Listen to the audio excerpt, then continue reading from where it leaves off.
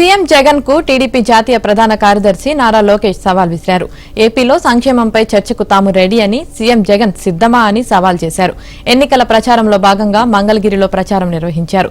అడ్డగోలుగా అబద్దాలు చెప్పడంలో జగన్ పీహెచ్డీ చేశారన్నారు. చంద్రబాబు అధికారంలోకి వస్తే పెట్టుబడులు వస్తాయన్నారు. జగన్ మళ్లీ వస్తే దాడులు తప్పవని వ్యాఖ్యానించారు లోకేష్.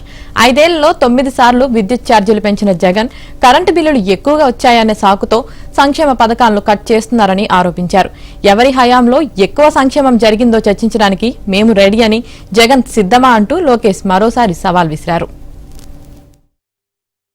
జగన్ ఒక అద్భుతమైన కటింగ్ ఫిట్టింగ్ మాస్టర్. దాన్ని అన్నగారు సంక్షేమ కార్యక్రమాల గురించి మాట్లాడారు కదా, మీకు చెప్పా ఆయనకి 2 బటన్లు ఉంటాయని. ఒక బటన్ నొక్కితే 100 రూపాయలు 10 రూపాయలు పడుతుంది, ఇంకో బటన్ నొక్కితే 100 రూపాయలు పోతుందని. అట్లా కరెంట్ ఛార్జీలు పెట్టి పెన్షన్ ఎత్తేస్తారు. వాళ్ళే కరెంట్ ఛార్జీలు పెంచుతారు, మీరు కరెంటు బిల్లు బాగా కడుతున్నారని పెన్షన్ చేస్తారు. ఇంకా కటింగ్ మాస్టర్ అనే కదా, అన్న క్యాంటీన్ కట్, పండగలకు ఇచ్చే కానుక కట్, పెళ్లి కానుక cut, school fee reimbursement cut, విదేశీ విద్య cut, best available school cut, ఇట్లా 100 సంక్షేమ కార్యక్రమాలు రద్దు చేసిన ఏకైక ముఖ్యమంత్రి జగన్మోహన్ రెడ్డి గారు. మనం చేసిన సంక్షేమ కార్యక్రమాలు, పెద్దలు చంద్రశేఖర్ గారు చెప్పినట్లు మనం చేసిన సంక్షేమ కార్యక్రమాల గురించి చర్చించాలంటే ఒక రోజంతా పడుతుంది.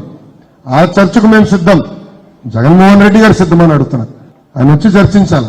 ఏదో పప్పు బెల్లాలు జల్లేసి ఏదో నేను పొడిచేశాను అంటున్నాడు. ఉద్యోగాలు ఏమైంది? డిఎస్సీ ఏమైంది? అన్న క్యాంటీన్ ఏమైంది? చంద్రన్న బీమా ఏమైంది? స్కూల్ ఫీ రీయింబర్స్మెంట్ ఏమైంది? ఏం మాట్లాడు.